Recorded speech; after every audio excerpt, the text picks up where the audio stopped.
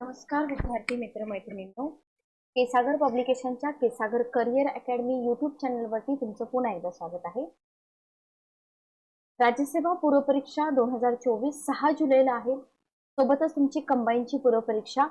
तर या दोन्ही परीक्षांसाठी जर आपण बघितलं प्रिव्हियस इयर क्वेश्चन पेपर, तर डिफिकल्टी लेवलची आहे ती डिफिकल्टी लेवल वाढतच आहे. रेफरन्स बुक मी तुम्हाला प्रत्येक सेशनमध्ये सजेस्ट करत आलेली आहे. तरी देखील क्वेश्चनची लेवल जर आपण बघितली तर स्ट्रेट फॉरवर्ड क्वेश्चन विचारणं आयोगाने बंद केलेलं आहे, लक्षात घ्या. तो इथं आपण फक्त प्रिव्हियस इयरचे प्रिलियमचे क्वेश्चन पेपर अनालिसिस करून चालणार नाही. तर आपल्याला इथे काही मेन्सचे पेपर आहेत, तर ते मेन्सचे पेपर सुद्धा अनालिसिस करावे लागतील, जेणेकरून तुम्हाला आउट ऑफ मार्क्स मिळतील. ठीक आहे. तर इंडियन पॉलिटी हा एक असा विषय आहे की जिथं तुम्हाला खूप फिरवून क्वेश्चन विचारले जातात आणि त्याच्याशी रिलेटेड जर आपण बघितलं तर थोडंसं वाक्य रचना वगैरे असेल ती थोडीशी आपल्याला समजून घ्यावी लागते. ठीक आहे. ओके. बाकी तुम्हाला राज्यसेवा पूर्व परीक्षेसाठी आपलं जे पुस्तक आहे PYQ अनालिसिसचं, तर ते पुस्तक तुम्हाला मिळतच आहे. 2013 पासून 23 पर्यंत सगळे पेपर्स तुम्हाला या पुस्तकामध्ये मिळून जातील विथ स्पष्टीकरण आणि एखादा क्वेश्चन कोणत्या पुस्तकातून कोणत्या पेजवरून आलेला आहे ते देखील तुम्हाला तिथं सांगितलेलं आहे. ठीक आहे. आणि सगळ्यात महत्त्वाचं म्हणजे रिव्हिजनसाठी तुम्हाला ठोकळा मिळत आहे. जे विद्यार्थी आता सध्या एक्झाम देत आहेत, ज्यांनी 1 वर्ष आधी 2 वर्ष आधी अभ्यास केलेला आहे, तर अशा विद्यार्थ्यांसाठी रिव्हिजनसाठी हे पुस्तक आहे. जे विद्यार्थी 25 ची तयारी करतात त्यांनी रेफरन्स बुक वाचायला चालू करा. ठीक आहे. ओके. चला, तर आपण असंच 2023चा जीएस पेपर 2 जो आहे राज्यसेवा मेन्सचा तो घेत आहोत. त्याच्यामधून तुम्हाला खूप सारे क्वेश्चन रिपीट होऊ शकतात, लक्षात घ्या. तर पेपर मधला पहिला क्वेश्चन तुमच्या समोर आहे. क्वेश्चन समजून घेण्यावरती भर द्या. बघा, क्वेश्चन खूप चांगला विचारलाय.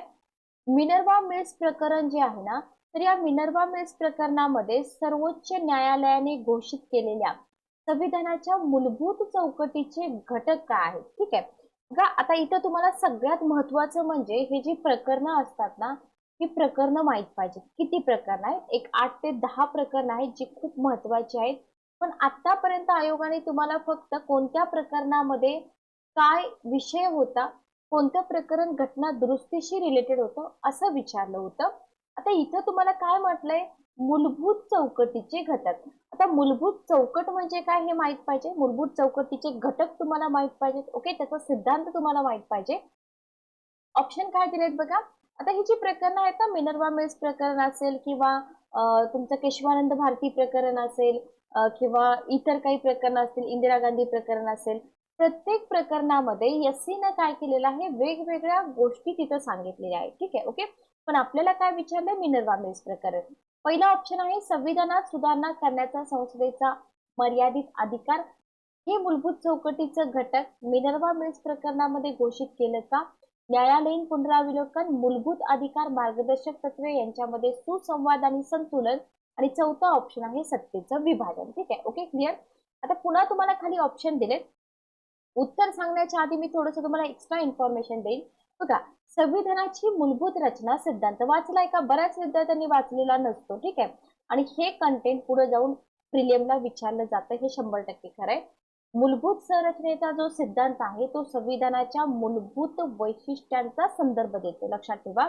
ज्याच्यामध्ये दुरुस्ती प्रक्रियेद्वारा किंवा संसदेद्वारा दुरुस्ती किंवा काही त्याच्यातलं रद्द केलं जाऊ शकत नाही. ठीक आहे. मग अशी कोणती वैशिष्ट्ये आहेत की ज्याच्यामध्ये दुरुस्ती करता येत नाही, रद्द करता येत नाही? तर संविधानाचं वर्चस्व तुम्ही रद्द करू शकत नाही, शक्तींचं पृथक्करण तुम्ही रद्द करू शकत नाही, देशाची संघराज्य रचना तुम्ही रद्द करू शकत नाही, धर्मनिरपेक्षतेचं तत्व तुम्ही रद्द करू शकत नाही आणि लोकशाही कायद्याचा नियम तुम्ही रद्द करू शकत नाही. ठीक आहे. ओके. तर हे कंटेंट तुम्ही लक्षात ठेवा. आता वळूया आपल्या क्वेश्चनकडे. तर संविधानाच्या मूलभूत संरचनेच्या सिद्धांताची जी उत्क्रांती आहे ना, तर ती उत्क्रांती भारतीय संविधानाच्या मूलभूत संरचनेचा सिद्धांत हा भारतीय न्याय व्यवस्थेच्या अनेक ऐतिहासिक निर्णयांचा विषय आहे, लक्षात घ्या. भारतीय संविधानाच्या मूलभूत संरचनेचा जो सिद्धांत आपण बघितला तो सिद्धांत म्हणजे काय आहे? भारताच्या न्यायव्यवस्थेने अनेक ऐतिहासिक निर्णय दिले, तर त्या निर्णयांचा हा विषय आहे. ओके. क्लिअर. आणि या निर्णयांनी संकल्पना स्थापित आणि विकसित केली आहे. मूलभूत संरचनेच्या उत्क्रांतीचा संक्षिप्त इतिहास आपल्याला इथं चर्चा करायचा आहे, कारण इथूनच तुम्हाला क्वेश्चन विचारलाय. फक्त तुम्हाला शंकरी प्रसाद खटला विचारलेला नाहीये. तुम्हाला काय विचारलंय? तुम्हाला विचारलंय मिनर्वा मिल्स खटला. ठीक आहे, ओके. पण आपण सगळे खटले बघूया, जेणेकरून तुम्हाला प्रिलियमला इतर खटल्यावरती जर क्वेश्चन आला तर तुमचं उत्तर इथं आलं पाहिजे. आता या खटल्यांचा क्रम पण लक्षात असू द्या. शंकरी प्रसाद खटला 1951. तर हे जे प्रकरण आहे ना, शंकरी प्रसाद प्रकरण, हे प्रकरण मूलभूत संरचना सिद्धांताशी संबंधित पहिलं महत्वाचं प्रकरण. Very very important. आर्टिकल 368 नुसार घटना दुरुस्ती करण्याच्या संसदेच्या अधिकाराला मर्यादा नसल्याचा निर्णय या प्रकरणाच्या वेळेस एससीनं दिला. लक्षात घ्या, मर्यादा नाहीत म्हटले. ठीक आहे. संसदेला राज्यघटनेच्या कोणत्याही भागामध्ये बदल करता येऊ शकतो, असा याचा होतो अर्थ. मर्यादा नाही म्हणजे काय? बदल करू शकतात. ठीक आहे. मग मर्यादाच नाही म्हणजे मूलभूत अधिकारामध्ये पण बदल केला जाऊ शकतो. ओके. पण या प्रकरणामध्ये भारतीय राज्यघटनेच्या मूलभूत संरचनेचा जो मुद्दा होता तो पूर्णपणे हाताळला गेला नाही. आणि पुढे जाऊन तो कुठे हाताळला गेला? केशवानंद भारती प्रकरणामध्ये. ओके. म्हणजे तुम्हाला इथं माहित पाहिजे, शंकरी प्रसाद खटल्याच्या पण आधी केशवानंद भारती प्रकरणाच्या आधी आहे शंकरी प्रसाद खटला 1951. ठीक आहे. त्याच्यानंतर येतं गोलकनाथ प्रकरण 1967. आता हे जे प्रकरण आहे इथं एससीनं काय म्हटलं? संसदेला कोणत्याही मूलभूत अधिकारामध्ये सुधारणा करण्याचा अधिकार नाही. लक्षात घ्या. न्यायालयानं काय म्हटलं की फंडामेंटल राईट्स हे राज्यघटनेचा हृदय आणि आत्मा आहे. बरोबर. त्यामुळे सुधारणांद्वारे फंडामेंटल राईट संक्षिप्त किंवा काढून किंवा कमी करता येणार नाहीत. आणि या निकालाने काय प्रस्थापित केलं की मूलभूत अधिकार हे संसदेच्या सुधारित अधिकाराच्या पलीकडे आहेत. ओके. वाक्यरचना अशीच तुम्हाला एक्झाम मध्ये विचारली जाऊ शकते. आणि अशा प्रकारे या प्रकरणामध्ये भारतीय राज्यघटनेच्या मूलभूत संरचनेच्या सिद्धांताला एक भक्कम पाया मिळाला, जो पाठीमागचं जे प्रकरण आहे शंकरी प्रसाद तिथं मिळाला नव्हता किंवा तिथं हा मुद्दाच हाताळला नव्हता. ठीक आहे. त्याच्यानंतर पुढचं प्रकरण येतं केशवानंद भारती प्रकरण 1973. आता इथे जर तुम्ही बघितलं तर या प्रकरणाचा निकाल अतिशय महत्वाचा निकाल आहे. हे प्रकरण 24वी घटना दुरुस्ती 1900 कायदा जो आहे 1971 त्याच्या वैधतेशी संबंधित आहे. विचारलं जाऊ शकतं तुम्हाला. 24वी जी घटना दुरुस्ती आहे, आता इथं न्यायालयीन पुनराविलोकनाला प्रतिबंध करते. ठीक आहे, ओके. कोर्टात काय युक्तिवाद करण्यात आला की इथं भारतीय राज्यघटनेच्या मूलभूत संरचनेचं उल्लंघन केलेलं आहे, ते अवैध आहे, घटनाबाह्य आहे. ठीक आहे, ओके. आणि या प्रकरणामध्ये आर्टिकल 368 अन्वये घटना दुरुस्ती करण्याचा अधिकार संसदेला आहे, असं एससीनं मान्य केलं किंवा म्हटलं. ठीक आहे. आणि हे अधिकार मर्यादित नसून कसे आहेत? अमर्यादित आहे. जे त्यांनी आधी मर्यादित ही शब्दरचना जी आहे जी इथं वापरली होती, कुठं वापरली होती? इथे बघा, मर्यादा नसली. बरोबर. तर हे वाक्यरचना लक्षात ठेवा. अधोरेखित केलं पुन्हा एकदा. मूलभूत संरचनेची संकल्पना त्यांनी प्रस्थापित केली, ज्याच्यामध्ये संविधानाची सर्वोच्चता, लोकशाही संघराज्यवाद, धर्मनिरपेक्षता आणि मूलभूत अधिकाराचं संरक्षण याचा समावेश होतो. Okay, clear. पुढचं प्रकरण आहे इंदिरा नेहरू गांधी विरुद्ध राजनारायण प्रकरण 1975. यालाच म्हटलं जातं निवडणूक खटला. लक्षात ठेवा, या खटल्यानं मूलभूत रचना सिद्धांताची वेगळी समज दिली. एससीनं काय म्हटलं की स्वतंत्र निष्पक्ष निवडणुका घेणं मूलभूत संरचनेचा एक भाग आहे. Very very important. तुम्हाला हे सेंटेन्स दिलं जाऊ शकतं आणि हे कोणत्या प्रकरणामध्ये सुप्रीम कोर्टाने निर्णय दिलाय असंही तुम्हाला विचारलं जाऊ शकतं. त्यांनी स्पष्ट केलं की राज्यघटनेच्या लोकशाही तत्वांचं समर्थन करण्यासाठी निवडणुका निष्पक्षपणे आणि पक्षपात न करता आयोजित करणं महत्वाचं आहे. संसद संविधानामध्ये बदल करू शकते असा पण निर्णय इथं दिला गेला. पण न्यायालयानं काय म्हटलं बघा की या शक्तीचा वापर अशा प्रकारे केला जाऊ शकत नाही की ज्याच्यामुळे मूलभूत संरचना खराब होईल. म्हणजे तुम्ही चांगला वापर करा. ठीक आहे, ओके, क्लिअर. आता हे झाले खटले, पण आपल्याला विचारलाय खटला कोणता? 1980 मिनर्वा मिल्स प्रकरण. ओके. 42वी घटना दुरुस्ती कायदा 1976. इथं घटनात्मक वैधतेबद्दल हा कायदा बोलतो. या दुरुस्तीनं काय केलं? न्यायालयीन पुनरावलोकन अधिकार कमी करणं, मूलभूत अधिकार कमी करणं असे बदल केले. 42वी घटना दुरुस्तीच्या अन्वयीच्या तरतुदी होत्या घटनाबाह्य ठरवल्या. राज्यघटना वर्चस्व, मूलभूत संरचना सिद्धांताचं महत्व कायम राखलं. राज्यघटनेची मूलभूत रचना अभेद्य आहे, ज्याला कोणी भेदू शकत नाही. तिच्या अत्यावश्यक वैशिष्ट्यांना हानी पोहोचेल नष्ट करेल अशा रीतीने त्यात सुधारणा करता येणार नाही असं न्यायालयाने इथं नमूद केलं आणि हे पुनरुच्चार केले की मूलभूत संरचनेत तत्वे समाविष्ट आहेत. कोणती तत्व समाविष्ट आहेत? संविधानाचं वर्चस्व, लोकशाही तत्व, कायद्याचं राज्य, मूलभूत अधिकारांचं संरक्षण. ठीक आहे, ओके, क्लिअर. याच्याशिवाय काय सांगितलं एससीनं? 368 अन्वये संसद घटना दुरुस्ती करू शकते. ओके, परंतु हा अधिकार मर्यादेच्या अधीन आहे. मूलभूत संरचनेचा भाग असलेल्या संविधानाच्या वैशिष्ट्यामध्ये सुधारणा करता येणार नाहीत, उल्लंघन पण करता येणार नाही, नुकसान करता येणार नाही अशी जर घटना दुरुस्ती केली तर ती घटनाबाह्य आणि अवैध असेल. आता हे सगळं मी तुम्हाला एक्सप्लेन केलं. मिनर्वा मिल्स इथं कुठेही सत्तेचं विभाजन नाही, लक्षात घ्या. म्हणजे ड आपल्याला नकोय, न्यायालयीन पुनरावलोकन आपल्याला हवंय, बरोबर. हे आपल्याला नकोय, हे आपल्याला नकोय, हेही आपल्याला नकोय. सिंपल आहे. इलिमिनेशन मेथड बघा, लक्षात घ्या. इलिमिनेशन मेथडनी उत्तरे येतात का? डेफिनेटली उत्तरे येतात. मग आपलं उत्तर काय आलं बघा. आपलं उत्तर इथं आलेलं आहे पहिला ऑप्शन, संविधानात सुधारणा मर्यादित केला आहे. बरोबर आहे की नाही? आपण वाचलं आता, न्यायालयीन पुनरावलोकनाचा उल्लेख आहे. भले तुम्हाला हे सुसंवाद संतुलन जरी दिलेलं नसलं तरी तुमच्या ज्या नॉलेज बेसिसवरती तुम्ही हा क्वेश्चन सॉल्व्ह करू शकता, अ, ब आणि क. Okay, clear. चला पुढचा क्वेश्चन आपण घेऊया. नेक्स्ट क्वेश्चन आपल्या समोर आहे संविधान सभेबद्दल. ठीक आहे. संविधान, आता इथे बघा मी तुम्हाला कायम याच्या आधी पण जेवढे मी सेशन घेतलेले होते, कायम ह्या डेट वरती क्वेश्चन असतो. ठीक आहे. इथं तुम्हाला ह्या ज्या डेट आहेत ना, याच्यामध्ये एरर दिलेला आहे, तो फक्त शोधायचा आहे.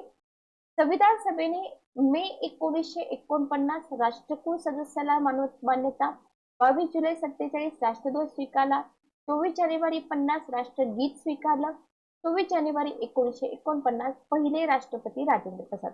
आता इथे बघा, पहिले राष्ट्रपती तर राजेंद्र प्रसाद आहेत, बरोबर. पण त्यांनी जो कार्यभार स्वीकारला ना, तो कधी स्वीकारला? 26 जानेवारी 1950, बरोबर, ते 13 मे 1962. लक्षात आलं? क्लिअर. तर हे आपल्याला इथं माहित पाहिजे. बाकी राहिला प्रश्न संविधान सभेचा, तर संविधान सभेबद्दल खूप सारे क्वेश्चन आयोगाने याच्या आधी पण विचारलेत, लक्षात घ्या. तर संविधान सभा भारताचं संविधान निर्माण करण्यासाठी कधी स्थापन केली होती? 1946 मध्ये स्थापन केली होती, बरोबर. संविधान सभेने भारताची पहिली संसद म्हणून पण काम केलं, बरोबर आहे. क्वेश्चन विचारलेत का? क्वेश्चन विचारलेले आहेत, लक्षात घ्या. संविधान सभेचे अध्यक्ष कोण होते, बरोबर, हे आपल्याला विचारलं जातं. त्याच्यानंतर तुम्हाला संविधान सभेच्या ज्या बैठका आहेत ना, त्या बैठकांबद्दल पण क्वेश्चन विचारला जातो. तर डेट ज्या आहेत ना, डेट लक्षात ठेवा. पहिली बैठक 9 डिसेंबर 46 ला झाली. कॅबिनेट मिशन 46 अंतर्गत स्थापना झाली होती. निवडणुका झाल्या, बरोबर. हे आपल्याला सगळं माहित पाहिजे. 211 सदस्य, सच्चिदानंद सिन्हा असतील, राजेंद्र प्रसाद असतील, एच.सी. मुखर्जी असतील. तर या सगळ्या गोष्टी आपल्याला इथं माहित पाहिजे. त्याच्यानंतर तुम्हाला ज्या तारखा आहेत, ज्या तारखांवरती क्वेश्चन विचारलाय, वस्तुनिष्ठ ठराव असेल, माउंट बॅटन योजना असेल, याच्यावरती तुम्हाला क्वेश्चन विचारले जातात. आणि हा जो भाग आहे, हा भाग आपल्याला अजिबात स्किप करून चालणार नाही. ठीक आहे, ओके, क्लिअर. बाकी तुम्हाला अजून काय विचारलं जाऊ शकतं? संविधान सभेबद्दल तुम्हाला क्वेश्चन तर खूप सारे विचारले जाऊ शकतात, बरोबर. त्याच्यामध्ये तुम्हाला जे सदस्य होते ते सदस्य विचारले जाऊ शकतात. त्याच्यानंतर बैठकांच्या दिनांका विचारल्या जाऊ शकतात आणि भारताची घटना परिषद होती का वगैरे असेही क्वेश्चन तुम्हाला विचारले जाऊ शकतात. ठीक आहे, ओके, क्लिअर. इतिहास बघा, त्याचा पार्श्वभूमी मानवेंद्रनाथ रॉय बद्दल तुम्हाला विचारलं जाऊ शकतं. त्याच्यानंतर तुम्हाला पार्श्वभूमी आणि निवडणुका विचारल्या जाऊ शकतात. त्याच्यानंतर तुम्हाला संविधान सभेची कामं, संघटना, घटनाक्रम, समित्या, टीका, संविधान सभेचे महत्वाचे सदस्य कोण होते, प्रांत निहाय संविधान सभेचे सदस्य कोण होते, अशा प्रकारचे क्वेश्चन आपल्याला विचारले जाऊ शकतात. फॉर एक्झाम्पल बघा, संविधान सभेचे सदस्य जर तुम्ही बघितलं, बाबासाहेब आंबेडकर होते, बी.एन. राव होते, वल्लभभाई पटेल होते, जवाहरलाल नेहरू होते, कृपलानी होते, अबुल कलाम आझाद होते, राजेंद्र प्रसाद, सी राजगोपालाचारी, बरोबर. महिला सदस्य तुम्हाला विचारल्या जाऊ शकतात. ओके. प्रांतनिहाय सुद्धा विचारलं जाऊ शकतं, कधी विचारलेलं नाहीये पण विचारलं जाऊ शकतं. पुढचा क्वेश्चन बघा. क्वेश्चन तुम्हाला विचारलाय मालमत्तेच्या अधिकाराबद्दल. ठीक आहे. कोणतं विधान चुकीचं आहे असं म्हटलं? ओके, व्यवस्थित बघा. 1978 44वी घटना दुरुस्ती भारतीय घटनेतील आर्टिकल 19(1) आणि 31 घटनेतून वगळलं आणि मालमत्तेचा हक्क हा मूलभूत हक्कांच्या यादीतून वगळला. ठीक आहे, इथं तुम्हाला एरर शोधायचा आहे. घटना दुरुस्ती बरोबर आहे का बघा, डेट बरोबर आहे का बघा. 44वी घटना दुरुस्ती अधिनियमाद्वारे आर्टिकल 31 पोटकलम 1 मधील तरतूद नव्याने निर्माण करण्यात आलेल्या आर्टिकल 300A मध्ये करण्यात आली. आर्टिकल 300A मध्ये राज्यघटनेचा भाग, हा भाग जो तुम्हाला दिलेला आहे, प्रकरण 3 दिलेलं आहे, इथं तुम्हाला एरर टाकलेला असतो, लक्षात घ्या. आणि 4थं सेंटेन्स आहे, मालमत्तेचा अधिकार हा आता केवळ शब्द आलाय, घटनात्मक किंवा वैधानिक न समजता तो मानवी अधिकार म्हणून समजण्यात यावा. इथपर्यंत आपल्याला माहित होतं आयोगाने मानवी अधिकार दिले, म्हणजे म्हणून आयोगाचे पेपर जे असतात ना, व्हॅल्यू ऍडिशन साठी खूप महत्वाचे असतात. विद्यार्थी काय करतात माहित का, विद्यार्थी आयोगाचे पेपर फक्त प्रिलियमचे करतात. असं करू नका, प्रिलियम सोबतच मेन्सचे पण पेपर आपण इथं केले पाहिजे, जेणेकरून आपल्याला खूप जास्त इन्फॉर्मेशन मिळेल. ठीक आहे, ओके, क्लिअर. तर बघा उत्तर काय येईल बघा. क्वेश्चन तर सोपा आहे, क्वेश्चन अवघड आहे का, क्वेश्चन जास्त अवघड नाही. ओके, आता याच्यामध्ये बघा, याच्यामध्ये जर आपण बघितलं, उत्तर जर आपण बघितली, जस्ट एक मिनिट थांबा.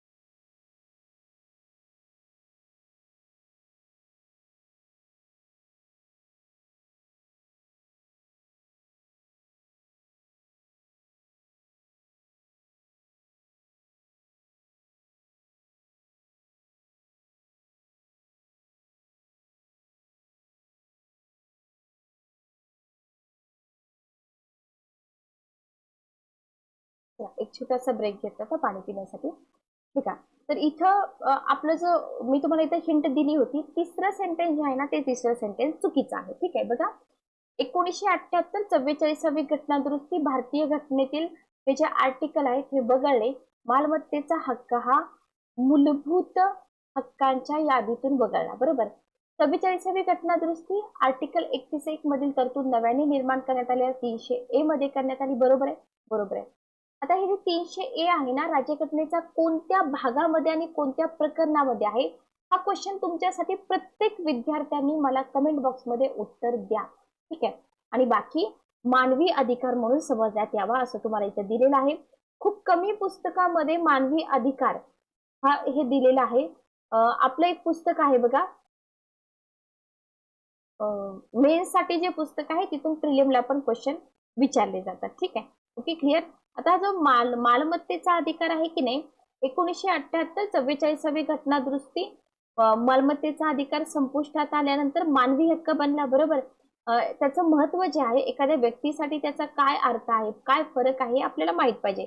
आता मूलभूत हक्क आणि मानवी हक्क लक्षात घ्या बरं का, लक्ष द्या इकडं. मूलभूत हक्क आणि मानवी हक्क याच्यामध्ये फरक काय आहे बघा. सामान्य अस्तित्वासाठी आवश्यक मानले जाणारे मूलभूत अधिकार आपल्या कॉन्स्टिट्यूशन मध्ये नमूद आहेत. बरोबर, ते कायद्याद्वारे लागू पण केले जातात. दुसरीकडे जर तुम्ही बघितलं तर जीवनासाठी अत्यावश्यक मानले जाणारे मानवी हक्क लोकांना सन्मानाने समानतेने जगण्यासाठी सुरक्षितता देण्यासाठी आहेत. मूलभूत अधिकार निरपेक्ष असते तरी कोणत्याही परिस्थितीत त्या अधिकारापासून कोणीही व्यक्तीला नाकारू शकत नाही, वंचित करू शकत नाही. पण मानवी अधिकार कसे आहेत, मर्यादित आहेत, निरपेक्ष आहेत का, नाहीत. लक्षात घ्या, ही वाक्यरचना तुम्हाला माहित असली पाहिजे. आता मालमत्तेचा जो अधिकार आहे त्याची पार्श्वभूमी तुम्ही बघून घ्या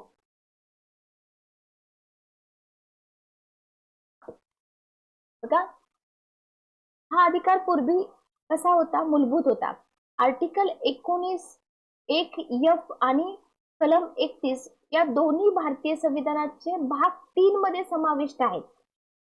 लक्षात घ्या, 19(1) जे आहे ना, याने भारतीय नागरिकांना मालमत्तेचं अधिग्रहण, धारण आणि विल्हेवाट लावण्याच्या अधिकाराची हमी दिली आहे.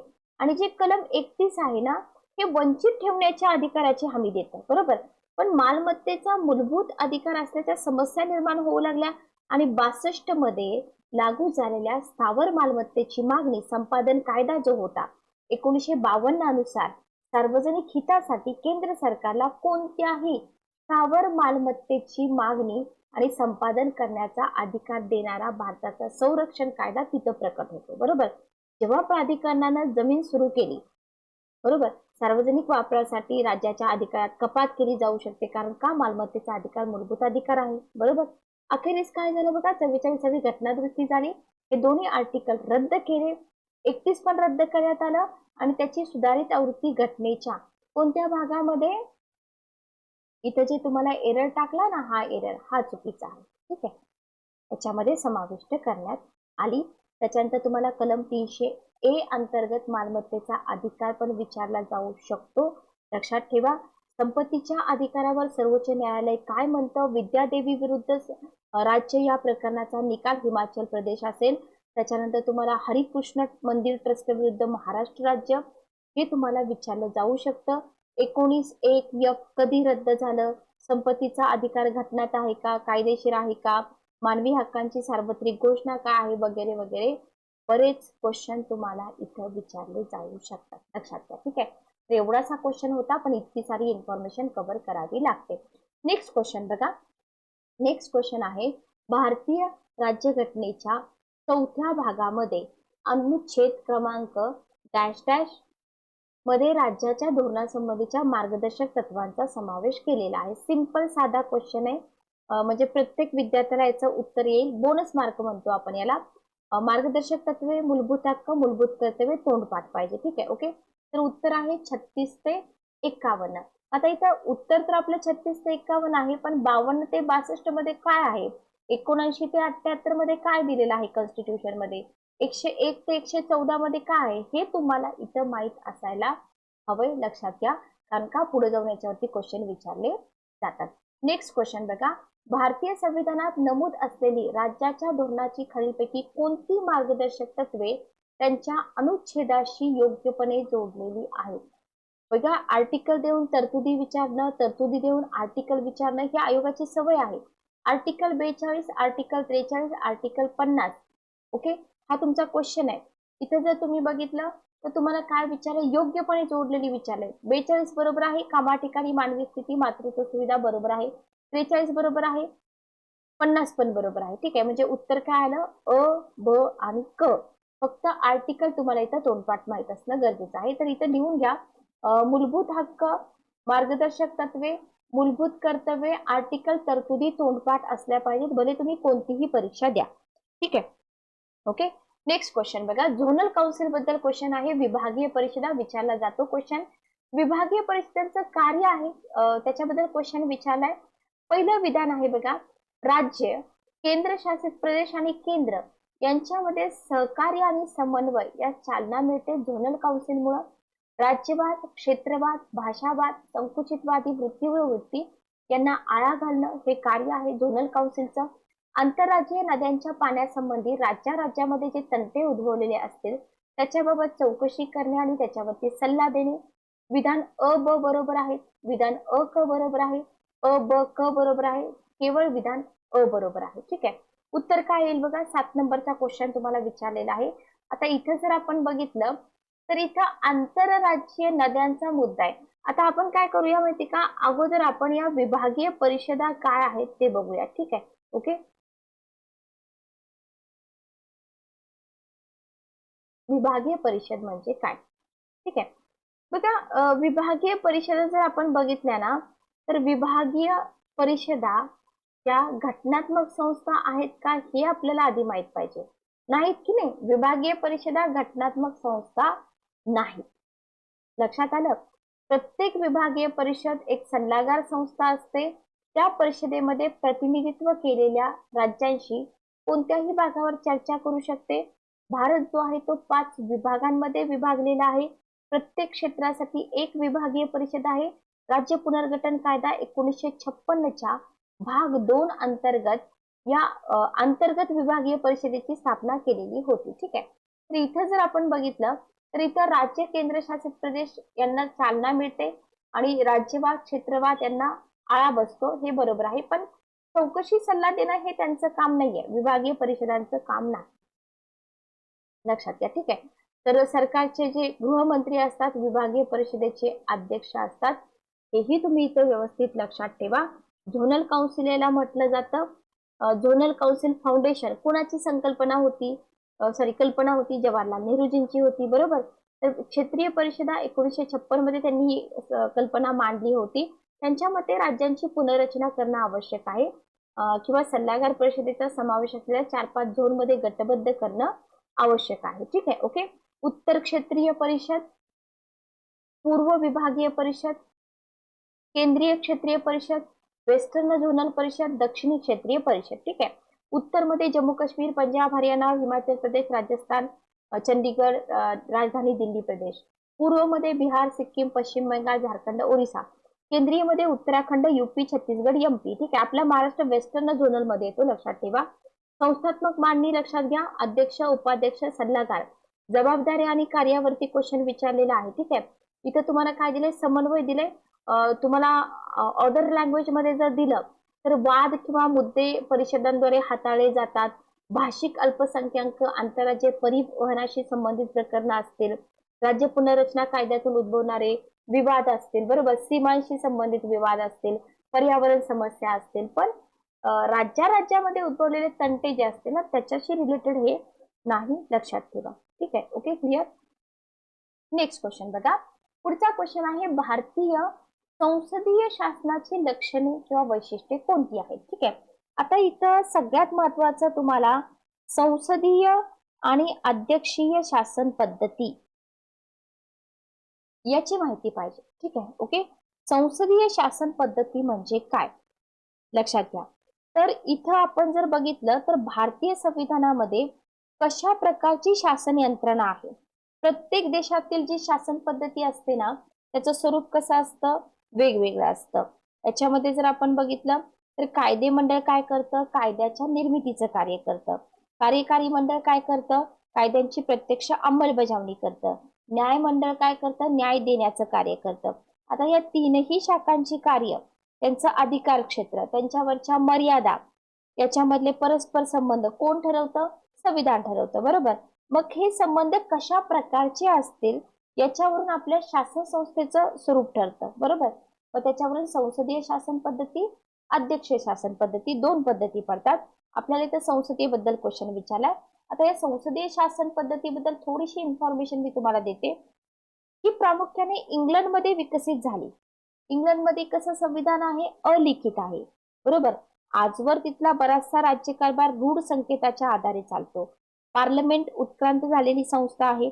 पार्लिमेंटरी शासन पद्धती इंग्लंडचंच योगदान आहे, लक्षात घ्या. भारतामध्ये संसदीय शासन पद्धती स्वीकारली, अर्थात इंग्लंडमधली पार्लमेंटरी शासन पद्धती भारतातील संसदीय शासन पद्धती साम्य दिसतं. आता इथं आशय जर बघितला तर तो आशय वेगळा आहे. संसदीय शासन पद्धती राज्यकारभाराची एक पद्धत आहे. केंद्रीय शासन यंत्रणेच्या कायदेमंडळाला संसद म्हणतात. राष्ट्रपती, लोकसभा, राज्यसभा मिळून काय तयार होते, संसद तयार होते, बरोबर. इथपर्यंत तरी इन्फॉर्मेशन आपल्याला माहित असली पाहिजे. आता याचं उत्तर काय आहे बघा, चौथा ऑप्शन, ओके. नाममात्र वास्तविक कार्यकारी अधिकारी अस्तित्व बघितले आपण. कार्यकारी मंडळाची जबाबदारी, पंतप्रधानांचं नेतृत्व, कनिष्ठ सभागृहाचं विसर्जन, बहुमतदारी पक्षाची सत्ता. हे सगळी वैशिष्ट्ये तुम्हाला संसदीय शासन पद्धतीची दिसून येतील. ठीक आहे. याच्या व्यतिरिक्त तुम्हाला अजून काही विचारलं जाऊ शकतं, बाकीचं जास्त काही विचारत नाहीत. जनतेकडून निवडून आलेले प्रतिनिधी कायदेमंडळाचे सभासद होतात. बहुमतवाल्या पक्षाला सरकार स्थापन करता येतं, वगैरे वगैरे. ठीक आहे. नेक्स्ट क्वेश्चन बघा. 1966 मध्ये स्थापन करण्यात आलेल्या प्रशासकीय सुधारणा आयोगाने केंद्रामध्ये लोकपाल आणि राज्यामध्ये लोकायुक्त द्विस्तरीय यंत्रणा स्थापित करण्याची शिफारस केली होती. MC छागला हे 1966 मध्ये स्थापन करण्यात आलेल्या प्रशासकीय सुधारणा आयोगाचे अध्यक्ष होते. बघा, लोकपाल, लोकायुक्त याच्यावरती क्वेश्चनची संख्या तर खूप जास्त आहे, विचारले जातात क्वेश्चन. वरीलपैकी कोणती विधाने बरोबर आहेत? ठीक आहे. फक्त अ, फक्त ब, अ आणि ब दोन्ही, अ आणि ब दोन्ही नाही. आता इथं जर आपण बघितलं ना 66 मध्ये जो प्रशासकीय सुधारणा आयोग होता ना, तर याने केंद्रामध्ये लोकपाल आणि राज्यामध्ये लोकायुक्त द्विस्तरीय यंत्रणा बरोबर आहे. बरोबर आहे. आता इथं हा जो प्रशासकीय सुधारणा आयोग होता ना, 1966चा प्रशासकीय सुधारणा आयोग, त्याचे अध्यक्ष कोण होते ते आपल्याला इथं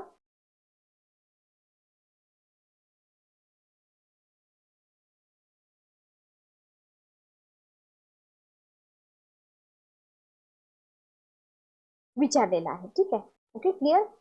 तर भारताच्या सार्वजनिक प्रशासन व्यवस्था जी आहे ना, त्याचा आढावा घेण्यासाठी आपण जर बघितलं तर इथं हे जे ARC आहे ना, याची स्थापना होती 5 जानेवारी 1966 ची. ठीक आहे. ओके. अध्यक्ष कोण होते? MC छागला दिले तुम्हाला. MC छागला हे तर उत्तर नाही. उत्तर आहे मोरारजी देसाई. मोरारजी देसाई. ठीक आहे. ओके. आणि याच्यानंतर बघा, मोरारजी देसाई नंतर पण एक अध्यक्ष होऊन गेले, तर यांचं मला नाव इथं सांगा तुम्ही. प्रशासकीय सुधारणा आयोग. बघा, प्रशासकीय सुधारणा आयोग जे आहेत ना, तर प्रशासकीय सुधारणा आयोगावरती आधी आपल्या एक्झाम मध्ये क्वेश्चन विचारले जात नव्हते. UPSC पॅटर्न जो आहे ना, तेव्हापासून इथं आपल्याला हे क्वेश्चन विचारले जाऊ लागले. 1966 असेल किंवा इतर प्रशासकीय सुधारणा आयोग असतील, तर त्याच्यावरती आपल्याला क्वेश्चन विचारले जातात. ठीक आहे. Okay, clear. तर बघा, हा जो आहे याला फर्स्ट ARC असं म्हटलं जातं. पहिला ARC, फर्स्ट ARC. ठीक आहे. याच्यामध्ये जर आपण बघितलं तर बघा, देशामधली जी सुधारणा असते ना, देशातील सुधारणा किंवा प्रशासकीय सुधारणा म्हणा, प्रशासकीय सुधारणांवरती काय केली जाते? चर्चा केली जाते. बरोबर. आणि या दिशेने मोठी कारवाई पण केली जाते. राज्यामधले जे भ्रष्ट अधिकारी वगैरे असतात ना, त्यांच्यावर कारवाई केली जाते. शून्य सहिष्णुता धोरण अवलंबलं जातं. बरोबर. पण आपल्याला काय विचारलंय? आपल्याला इथं प्रशासकीय सुधारणांची गरज वगैरे काहीही विचारलेली नाहीये. पण भारतातील प्रशासकीय सुधारणांचा जो क्रम आहे ना, तो तुम्ही लक्षात ठेवा. पुढे जाऊन क्वेश्चन येऊ शकतात. ब्रिटिश काळामध्ये ॲचिसन कमिशन होतं, ली कमिशन होतं, इस्लिंग्टन कमिशन होतं. या 3 कमिशनची नावं तुम्ही लक्षात ठेवा. याच्याशिवाय सार्वजनिक सेवेच्या विकासासंदर्भात 1918 मध्ये माउंटेग्यू चेम्सफोर्ड अहवाल, त्याच्यानंतर 47 मध्ये सचिवालय पुनर्रचना समिती, 48 मध्ये उद्योगपती कस्तुरबाई लालबाई यांच्या नेतृत्वाखाली काटकसर समिती, 49 मध्ये अय्यंगार समिती यांनी आपापल्या सूचना दिल्या होत्या. गोरवाला समितीबद्दल क्वेश्चन आला होता का? आला होता. संतानम समिती असेल, याच्याबद्दल क्वेश्चन आलेत. आणि त्याच्यानंतर आपला हा फर्स्ट ARC येतो 5 जानेवारी 1966. मोरारजी देसाई नंतर मंत्रिपरिषदेत सामील झाल्यामुळे के के हनुमंतय्या यांची अध्यक्ष म्हणून निवड झाली. ठीक आहे. यांनी जो अहवाल आहे 20 ऑक्टोबर 1966 ला दिला पहिला अहवाल, 30 जूनला दुसरा अहवाल दिला, एकूण 578 सूचना दिल्या. लक्षात घ्या. आता याच्यापैकी प्रमुख जी सूचना होती ना, त्याच्यावरतीच आपल्याला क्वेश्चन विचारलाय. त्याच्यावरतीच आपल्याला क्वेश्चन विचारलेला आहे. लोकपाल लोकायुक्तांची नियुक्ती. ठीक आहे. त्याच्यानंतर अजून काही इथं सांगितलं तर मंत्रिमंडळाचा आकार आवश्यकतेनुसार ठेवा, पंतप्रधानांच्या अधिपत्याखाली कार्मिक विभाग स्थापन करा, पंतप्रधान अर्थमंत्री कोणत्याही मंत्र्याला नियोजन आयोगाचे अध्यक्ष सदस्य बनवू शकतात, नियोजन आयोगाच्या सदस्यांची कमाल संख्या 7 ठेवा, आर्टिकल 263 अंतर्गत आंतरराज्य परिषद स्थापन करा, सरकारी कर्मचाऱ्यांना संपाचा अधिकार देऊ नये, त्यांच्या समस्या चर्चेतून सोडवाव्या, याच्यासाठी सिव्हिल सर्वंट ट्रिब्युनल स्थापन करा. ठीक आहे. आर्थिक वर्ष 1 नोव्हेंबर पासून सुरू करा. Sector corporation system, audit board याची व्यवस्था करा. राष्ट्रपती राजवटीमध्ये राज्यामध्ये जास्त हस्तक्षेप होऊ नये. बरेच तुम्हाला विचारलेला आहे. हा झाला पहिला ARC. ठीक आहे. दुसरा ARC जो होता तो होता 31 ऑगस्ट 2005 ला कर्नाटकचे माजी मुख्यमंत्री वीरप्पा मोईली यांच्या अध्यक्षतेखाली. 2009 त्यांनी पद सोडलं. तोपर्यंत आयोगाने आपल्या शिफारशींचे 15 अहवाल सादर केले. लक्षात घ्या. 5 सदस्य होता. त्यांनी काय केलं? मंत्रालय विभागांची पुनर्रचना करणं, जागतिकीकरणाच्या अनुषंगाने भूमिका निश्चित केली. ओके. सूचना काय दिल्या? शासनातील नैतिकता असेल, ई गव्हर्नन्सला प्रोत्साहन असेल, फेडरल राजेशाहीचे मुद्दे असतील, वगैरे वगैरे. ठीक आहे. तर हा होता दुसरा प्रशासकीय आयोग जो तुम्हाला एक्झाम मध्ये विचारला जाऊ शकतो. नेक्स्ट क्वेश्चन बघा. नेक्स्ट क्वेश्चन आहे भारतातील उपराष्ट्रपती संदर्भात पुढील विधानापैकी कोणती विधानं चुकीची आहेत. बघा क्वेश्चन तुम्हाला भारताच्या उपराष्ट्रपती बद्दल विचारलेला आहे.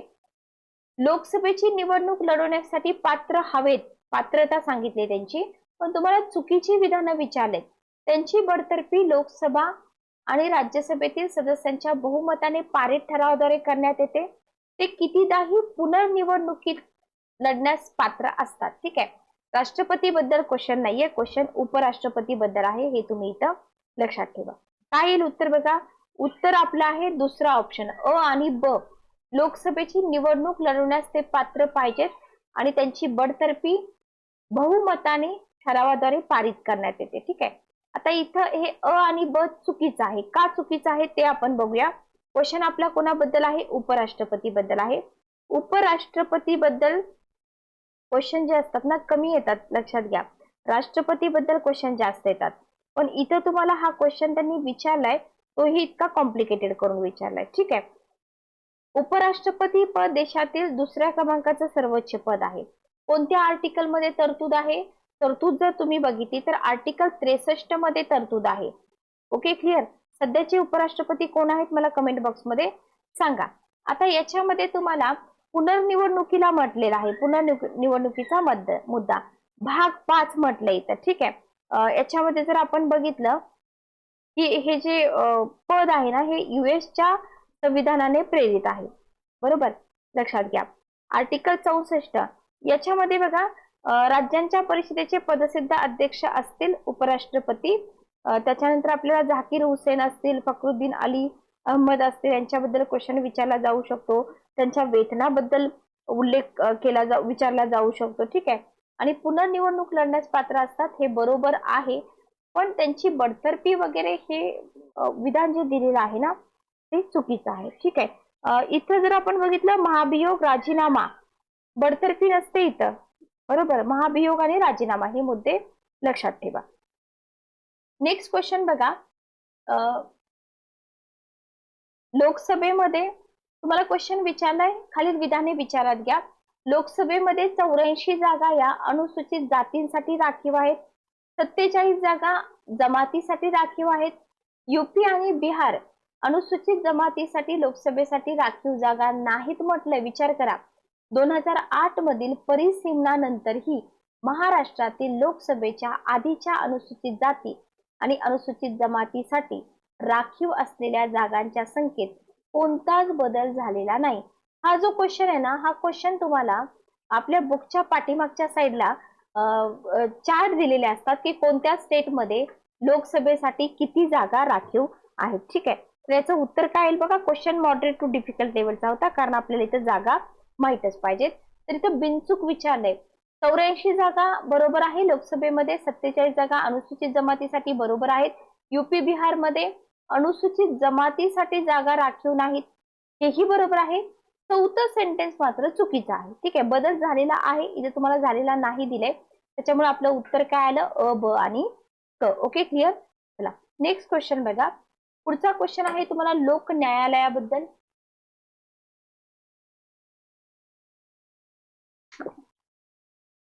तर इथं आपल्याला न्यायाधिकरणे आणि लोक न्यायालय किंवा लोक अदालत याच्यावरती आयोगाने क्वेश्चन विचारायला चालू केलेला आहे 2-3 वर्षापासून. सेंटेन्स काय दिले बघा.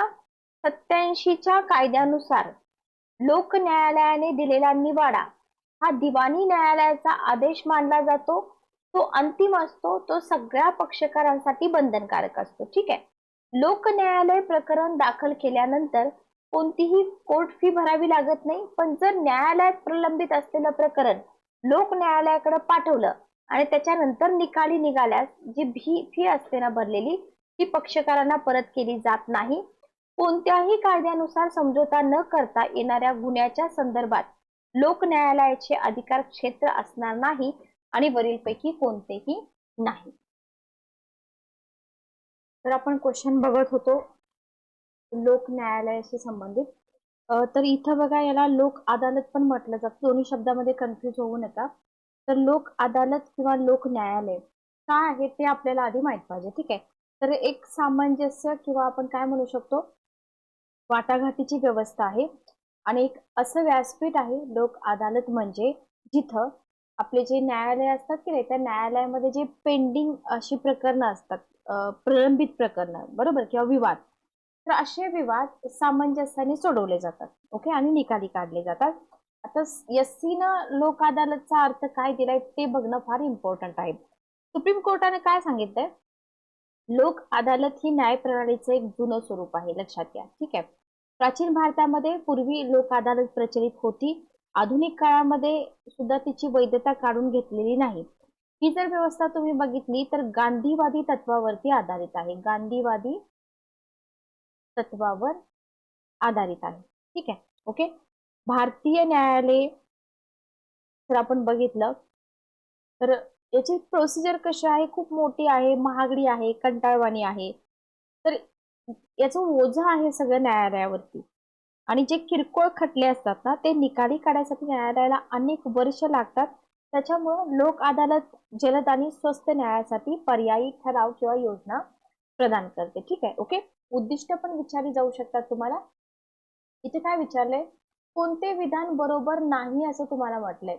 1987च्या कायद्यानुसार लोक न्यायालयाने दिलेला निवाडा हा दिवाणी न्यायालयाचा आदेश मानला जातो. तो अंतिम असतो आणि सगळ्या पक्षकारांसाठी बंधनकारक असतो. बरोबर नाही म्हणजे तुम्हाला इथं चुकीचं सेंटेन्स विचारले, लक्षात घ्या. ओके. सेकंड सेंटेन्स बघा, लोक न्यायालयात प्रकरण दाखल केल्यावर कोणतीही कोर्ट फी भरावी लागत नाही. पण जर प्रलंबित असलेलं प्रकरण लोक न्यायालयाकडे पाठवलं, न्यायालयात प्रलंबित आहे आणि ते लोक न्यायालयाकडे पाठवलंय, त्याच्यानंतर निकाली निघाले आणि निकाली निघाल्यानंतर न्यायालयात भरलेली कोर्ट फी परत केली जात नाही असं म्हटलंय. ओके. आता याच्यामध्ये जर आपण बघितलं तर आपलं उत्तर काय आहे बघा. 14 नंबरचा हा क्वेश्चन आहे आपला. तर याचा आपलं आन्सर आहे दुसरा ऑप्शन. ठीक आहे. हे बरोबर नाही. आता का बरोबर नाही? बाकीचे सगळे विधानं बरोबर आहेत की बाबा दिवाणी न्यायालयाचा आदेश असतो, अंतिम असतो, सगळ्या पक्षकारांसाठी बंधनकारक असतो. त्याच्यानंतर कोणत्याही कायद्यानुसार समझोता न करता येणाऱ्या गुन्ह्यांच्या संदर्भात लोक न्यायालयाचे अधिकार क्षेत्र असणार नाही. म्हणजे तिथं कॉम्प्रोमाइज करता येण्यासारखं प्रकरण पाहिजे. ओके. आता हे जे दुसरं सेंटेन्स तुम्हाला दिलेलं आहे की नाही, फीशी संबंधित आहे, बरोबर. तर ही जी फी आहे ना, तर ही फी भरावी लागत नाही असं ते. तर मला कमेंट बॉक्समध्ये सांगा की इथं जी फीज असते ना, तर ही फीज दिली जाते का? बरोबर का पूर्णपणे मोफत असते? हा दुसरा मुद्दा चुकलेला आहे की पक्षकारांना फीस परत दिली जात नाही. तर आजच्या लेक्चर मधनं तुमच्यासाठी हा पहिला क्वेश्चन, याचं आन्सर तुम्ही मला इथं कमेंट बॉक्समध्ये द्या. ठीक आहे. Okay, clear. याच्यावरती तुम्हाला लोक अदालत स्थापन करण्याची कारणं पण विचारली जाऊ शकतात, लक्षात घ्या. मर्यादा पण विचारल्या जाऊ शकतात आणि दोन्ही पक्षांची संमतीशी रिलेटेड पण एखादा क्वेश्चन तुम्हाला विचारला जाऊ शकतो. नेक्स्ट क्वेश्चन बघा. नेक्स्ट क्वेश्चन आपला आहे योग्य कथन ओळखा. भारतीय राज्यघटनेच्या 7व्या अनुसूचीमध्ये 3 सूची, केंद्र सूची, राज्य सूची, समवर्ती सूची समाविष्ट आहे. ओके. 7वी अनुसूची बरोबर आहे का बघा. आर्टिकल 249 नुसार कायदा करण्याचे शेषाधिकार केंद्राकडे देण्यात आले आहेत. 7व्या अनुसूचीतील तिन्ही सूचीमध्ये सर्वात जास्त बदल 7व्या आणि 42व्या घटनादुरुस्तीद्वारे करण्यात आलेले आहेत. आता ह्या ज्या सूची आहेत ना, या सूचीवरती प्रिलियमला तर खूप जास्त क्वेश्चन विचारतात. सूचीमधल्या विषयांवरती डायरेक्ट क्वेश्चन आपल्याला विचारले जातात. ठीक आहे. काय विचारलं इथं आपल्याला? ओळखा म्हटलंय आणि खाली ऑप्शन दिलेले आहेत. याचा जर आन्सर बघितला आपण तर पहिला ऑप्शन. इथं बघा 7वी अनुसूची 3 सूची बरोबर आहे का? बरोबर आहे. ओके. तिसरं सेंटेन्स बघा, तिन्ही सूचीमध्ये सगळ्यात जास्त बदल 7वी आणि 42वी. आता 42वी घटना दुरुस्ती तर आपल्याला माहितीच आहे. इथे काय म्हटलंय? शेषाधिकार केंद्राकडे आहेत, पण आर्टिकल जे तुम्हाला दिलेलं आहे 249 नुसार कायदा करण्याचे शेषाधिकार. तर हे जे सेंटेन्स आहे ना, हे सेंटेन्स इथं चुकीचं आहे. ठीक आहे. फक्त अ आणि क योग्य आहेत, ब जे आहे ते चुकीचं आहे. आर्टिकल चुकलेला आहे इथं, त्याच्यामुळे हा जो ऑप्शन आहे हा आपला ऑप्शन तो ऑप्शन नंबर 1. नेक्स्ट क्वेश्चन बघा. हा क्वेश्चन आपण घेतलेला आहे. पुढचा क्वेश्चन बघा. योग्य कथन किंवा कथने ओळखा. भारताच्या राज्यघटनेची उद्देश पत्रिका ही पंडित नेहरूद्वारे निर्मित आणि प्रस्तुत संविधान सभेने स्वीकारलेल्या उद्दिष्टांचा ठराव याच्यावरती आधारित आहे. सगळ्यांना माहिती आहे बरोबर. म्हणजे हा ऑप्शन गेला, हाही ऑप्शन गेला.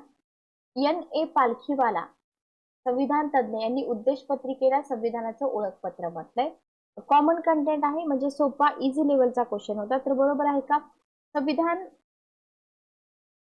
आपलं जे संविधान आहे, संविधानाबद्दल पॉझिटिव्ह बोलणारी लोक पण आहेत, निगेटिव्ह बोलणारी लोक पण आहेत. आता स्पेसिफिक उद्देश पत्रिका किंवा प्रिॲम्बलला कोणी काय म्हटलेलं आहे, तर हा क्वेश्चन तुम्हाला इथं विचारलाय. उत्तर आहे अ आणि ब दोन्ही. नेक्स्ट क्वेश्चन घ्या.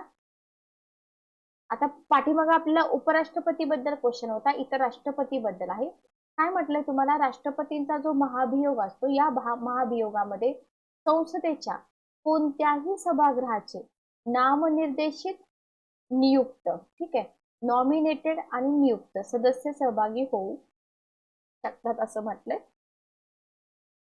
राष्ट्रपतींच्या महाभियोगामध्ये राज्यांच्या विधानसभेचे निर्वाचित सदस्य सहभागी होऊ शकत नाहीत. म्हणजे जे इलेक्टेड सॉरी इलेक्टेड सदस्य जे आहेत ना, तर ते सहभागी होऊ शकत नाही असं म्हटलंय. ठीक आहे. तर राष्ट्रपतींची निवडणूक विचारली का महाभियोग विचारलाय ते सगळ्यात जास्त महत्वाचं आहे, लक्षात घ्या. कारण हे क्वेश्चन थोडेसे कन्फ्युज होतात. तर इथं जर आपण बघितलं तर योग्य कथन म्हटलंय आपल्याला, पहिलं पण बरोबर आहे. इथं महाभियोगामध्ये कोणतंही सभागृह नॉमिनेटेड म्हटलंय, मग निर्वाचित कसे असतील? नसतील, बरोबर. म्हणजे अ आणि ब दोन्ही. ओके. तर हा जो महाभियोगाचा मुद्दा आहे की नाही, राष्ट्रपतींचा महाभियोग, याच्यावरती तुम्हाला क्वेश्चन खूप जास्त विचारले जातात. आर्टिकल वगैरे आहे का बघा, कोणत्या आर्टिकल मध्ये, इथं जर तुम्हाला कलम वगैरे दिलं तर कलम 61 दिलं जाईल, बरोबर. महाभियोग केवळ एका कारणासाठी घटनाभंग. ओके. पण या घटनाभंगाचा अर्थ जो आहे तो आपल्या घटनेमध्ये स्पष्ट करण्यात आलेला नाही, लक्षात घ्या. ठीक आहे. Okay, clear. आणि भारताच्या राष्ट्रपतींवर कोण महाभियोग चालवू शकतं? बरोबर, संसदेद्वारे. संसदेच्या दोन्ही सभागृहापैकी कोणत्याही एका सभागृहामध्ये, बघा, प्रक्रिया सुरू कुठं होते? लोकसभेमध्ये, राज्यसभेमध्ये, असं काही नाही, कोणत्याही एका सभागृहामध्ये होऊ शकते. क्लिअर. आता याच्या पलीकडे आपल्याला जी अर्धन्यायिक प्रक्रिया आहे का, कशी प्रक्रिया, महाभियोगाची प्रक्रिया कशी आहे? अर्धन्यायिक प्रक्रिया आहे. कशी आहे? अर्ध न्यायिक प्रक्रिया आहे. ठीक आहे. अर्थ काय होतं बघा, की उपस्थित 2/3 सदस्यांचं बहुमत असणं आवश्यक आहे आणि 2 सभागृहांचं मतदान असणं आवश्यक आहे. ठीक आहे. ही प्रक्रिया अर्धन्यायिक आहे.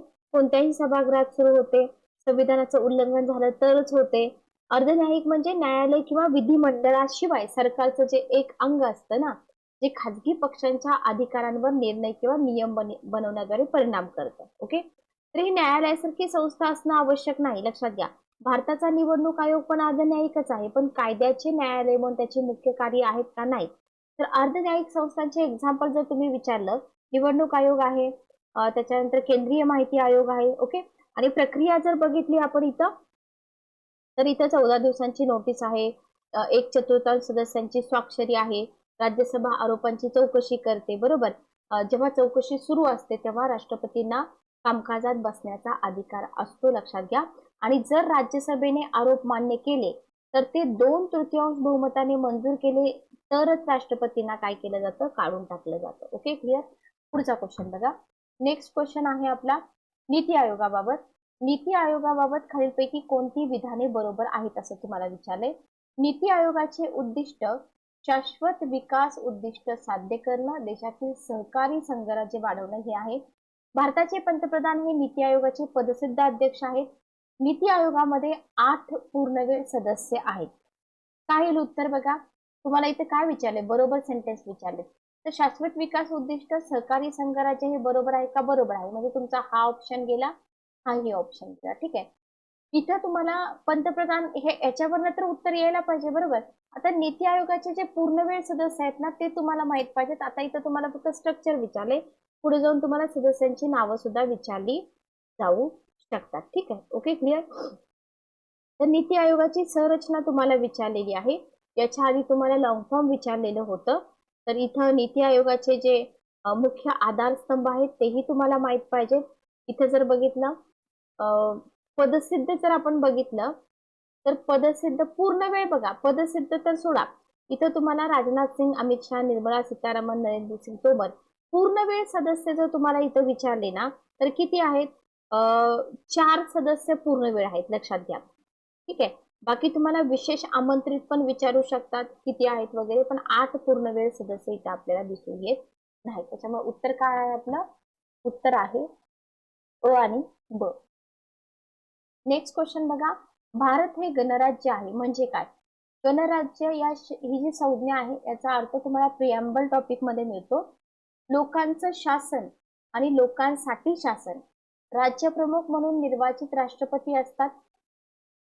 राष्ट्रपती पदासह सगळी पदे सगळ्या नागरिकांसाठी खुली असतात. ठीक आहे, ओके. उत्तर काय येईल बघा. गणराज्याचा अर्थ आपल्याला इथं विचारलेला आहे. 17 नंबरचा क्वेश्चन आहे. याचं आन्सर तर फार सोपं आहे बघा. इंडिया इज रिपब्लिक म्हणजे काय असं तुम्हाला म्हटलंय. लोकांचं शासन बरोबर आहे, हे तर आपल्याला पाहिजे म्हणजे हा ऑप्शन गेला. सगळी पदं सगळ्या नागरिकांसाठी खुली असतात. बरोबर आहे का? बरोबर आहे. म्हणजे उत्तर आलं अ, ब आणि क.